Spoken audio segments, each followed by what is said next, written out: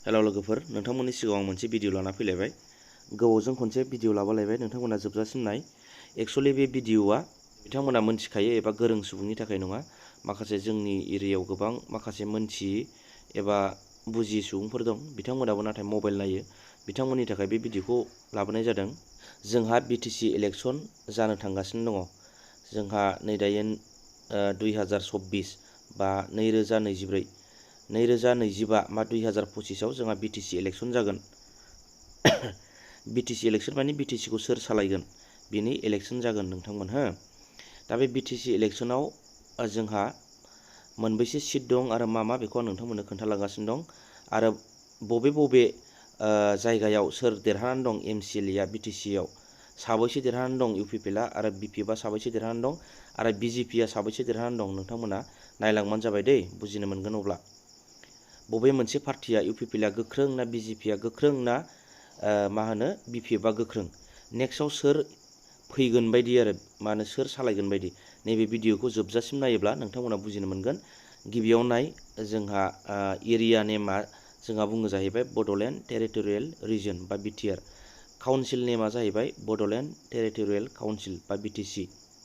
दानिया नायदो, बहाय मा होनदों बिटिआर एमसिएलए डिस्ट्रिक्ट वाइज, बियो क'क्राझाराव गासै 12 बा 12था एमसिएलए सिट्स दं आरो क'क्राझाराव 12 जन एमसिएलए बिटिसि इलेक्सनाव 12था केन्डिडेट थागोन आरो क'क्राझारनिफ्राय। ओमफ्राय चिराङाव 7 जन थागोन, बाक्सायाव 11 जन थागोन, उदालगुरियाव 10 जन थागोन। गासै मोन 40 आरो बेखौ ज' दाजाबोब्ला जमा खालामोबा जोंहा बिटिसि इलेक्सनाव होमब्ला बुजिनो मोनबाय मोन 40था समस्ति दङ बा मोन 40था केन्डिडेटफोर दङ आरो बिसोर दारायनो हागोन जोंनि बिटिसिआव। बेनो बे मोन 40नि गेजेराव जाय खावसेनि बांसिन मोनसे बांसिन बेनो सरकार सालायनो हायो। माने जाय 21था देरहानो हायो 40थानि गेजेराव बेनो बिटिसिखौ सालायनो मोनो, बेनो चिफ जानो हायो आरो बिटिसिनि। दानिया नायलांदो, नै बियो नै लाइन टु लाइन नायलांदो नोंथांमोन हो। फार्स्टआव दं जाय एमसिएलए नेम आरो पार्टि, ओमफ्राय समस्ति नाम, ओमफ्राय डिस्ट्रिक्ट नाम, जिल्लानि नाम, ओमफ्राय रिमार्क मानि मा बबे माबायाव दं आरो। नाम्बार 1आव जोंहा मुनमुन ब्रह्म, बेयो जाबाय बिपिएफनिफ्राय देरहानो हादों। नै दायो मुनमुन ब्रह्मआ बिपिएफनिफ्राय देरहादों परबत जरा क'क्राझार डिस्ट्रिक्टनि, ओमफ्राय बेयो अपोजिसन पार्टिनि आरो। अपोजिसन मानि दा जाय सरकार सालायदों इउपिपिएलआ सरकार सालायदों नालाय इउपिपिएलनि अपोजिसनाव दं आरो बियो। बिपिएफआ देरहादों नै 1 नाम्बारावनो क'क्राझारनि मुनमुन ब्रह्मआ परबत जरानिफ्राय बिपिएफनिफ्राय देरहानो हादों। दानिया 2 नाम्बाराव नायदो, श्री रहिन्द्र ब्रह्म बिपिएफ, बेबो बिपिएफनिफ्राय देरहानो हादों। गुमा समस्तिनिफ्राय देरहादों बियो क'क्राझार डिस्ट्रिक्टनिफ्राय, बेबो अपोजिसनाव। बिपिएफआ 2 जाबाय, नायलांबाय थादो नोंथांमोन। दानिया 3 नाम्बाराव दं साजाल कुमार सिंहानो, बे बिजेपिनिफ्राय देरहादों श्रीरामपुर समस्तिनिफ्राय क'क्राझार डिस्ट्रिक्टनि बेबो। दा नायबावदो, श्री रेवरेवा नार्जिहारि, बियो बिजेपिनिफ्राय आरो जमदुवार समस्तिनिफ्राय देरहादों। बिथाङा बिपिएफनिमोन, बिजेपिआव हाबदों आरो उनाव बेबायदि। दा नायदो, श्री मृत्युन्जय नार्जारि बिपिएफनि, बियो सराइबिल समस्तिनिफ्राय देरहादों बियो क'क्राझार डिस्ट्रिक्ट, बेबो अपोजिसन पार्टिनि। दाना 2 नाम्बाराव नाय, श्री उकिल मुसाहारि इउपिपिएल, बेखौ नायदो कसुगाव डिस्ट्रिक्टनिफ्राय देरहादों बियो क'क्राझार डिस्ट्रिक्ट, बे एग्जिकिउटिभ मेम्बार जानानै दं आरो दायो। ओमफ्राय श्री अरब कुमार दे, बिथाङाबो बिजेपिनि फकिराग्राम ओमफ्राय नन इस्टनिफ्राय देरहानो हादों बियो फकिराग्राम समस्तिनिफ्राय क'क्राझार डिस्ट्रिक्ट आरो बेबो एग्जिकिउटिभ मेम्बार इएम। दानिया नायदो, श्री प्रकाश बसुमतारी, बिथाङाबो बिपिएफनिफ्राय देरहादों दतमा समस्तिनिफ्राय दै, दतमानिफ्राय क'क्राझार डिस्ट्रिक्ट अपोजिसन पार्टियाव दं। दानिया श्री राजिब ब्रह्म बिजेपि बनरगाव, बेबो बनरगाव समस्तिनिफ्राय Kokrajhar district opposition party. Shri Hagrama Mohilary BPF Debargaon समस्तिनिफ्राय देरहादों क'क्राझार डिस्ट्रिक्ट अपोजिसन पार्टियाव। आरो बिनिफ्राय नायदो, श्री दानेश्वर गयारियाबो बिपिएफनि बावखुंग्रि समस्तिनिफ्राय देरहादों क'क्राझार डिस्ट्रिक्ट अपोजिसन पार्टि। दाना श्री देरहासात बसुमतारी बिपिएफ सालाकाथिनिफ्राय क'क्राझार डिस्ट्रिक्ट, ओमफ्राय लिडार अफ अपोजिसन आरो अपोजिसननि सासे लिडार देरहासार, जा 12 जन थांबाय नङा होमबा, क'क्राझार डिस्ट्रिक्टनिया थांजोब्बाय आरो दानिया चिरां डिस्ट्रिक्टनि फैदो। चिरां डिस्ट्रिक्टआव सायखं बसुमतारी, जायखौ जों सावरायग्राबो होनना बुङो, बिथाङा UPPLनि 13 चिरांनिफ्राय देरहानो हादों। बियो चिरां डिस्ट्रिक्टनि पार्ट अफ गभर्नमेन्ट बेबो आरो ना। श्री रनजित बसुमतारी UPPL 14 चिरांनिफ्राय बियो चिरां डिस्ट्रिक्ट एक्जिकिउटिभ मेम्बार। ओमफ्राय श्री पानिराम ब्रह्म BPF काजलगाव चिरां काजलगाव समस्तिनिफ्राय, ओमफ्राय चिरां डिस्ट्रिक्ट अपोजिसन पार्टी।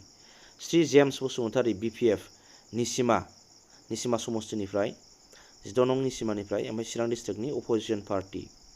ओमफ्राय श्री प्रभात बसुमतारी BJP बे सबायझार समस्तिनिफ्राय देरहानो हादों, Chirang district opposition party. Shri Dhananjay Basumatary UPPL Manas सेरफांनिफ्राय चिरां डिस्ट्रिक्ट एक्जिकिउटिभ मेम्बार। ओमफ्राय श्री अभिराम महानायक BJP थुरिबारि अपेननिफ्राय चिरां डिस्ट्रिक्ट, बिथाङा speaker.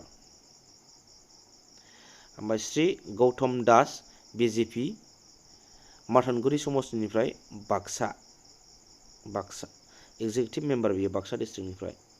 Shri Jay Mushahary BPF Salbari Baksa district opposition party Salbari समस्तिनिफ्राय, बिथाङा दाख्लै UPPLआव हाबबाय होननाबो खोनानो मोन्दों, नायलांबाय थादों नोंथांमोना। श्री मन्टु बर' UPPLनिफ्राय देरहानो हादों, कख्लाबारि समस्तिनिफ्राय बाक्सा डिस्ट्रिक्ट। श्री घनश्याम दास GSPनिफ्राय देरहानो हादों, धीरा समस्तिनिफ्राय बाक्सा डिस्ट्रिक्ट एक्जिकिउटिभ मेम्बार बिथाङाबो। श्री राकेश ब्रह्म UPPL 24 मुसलपुर समस्तिनिफ्राय Baksa district executive member. Shri Khathiram Boro' UPPL 25 नं बागानपारा समस्तिनिफ्राय बाक्सा डिस्ट्रिक्ट, बिथाङा स्पिकार। बिजित गोरा नार्जारि BJP दाराङाजुलि 22 नं समस्तिनि आरो दाराङाजुलिनि बाक्सा डिस्ट्रिक्ट।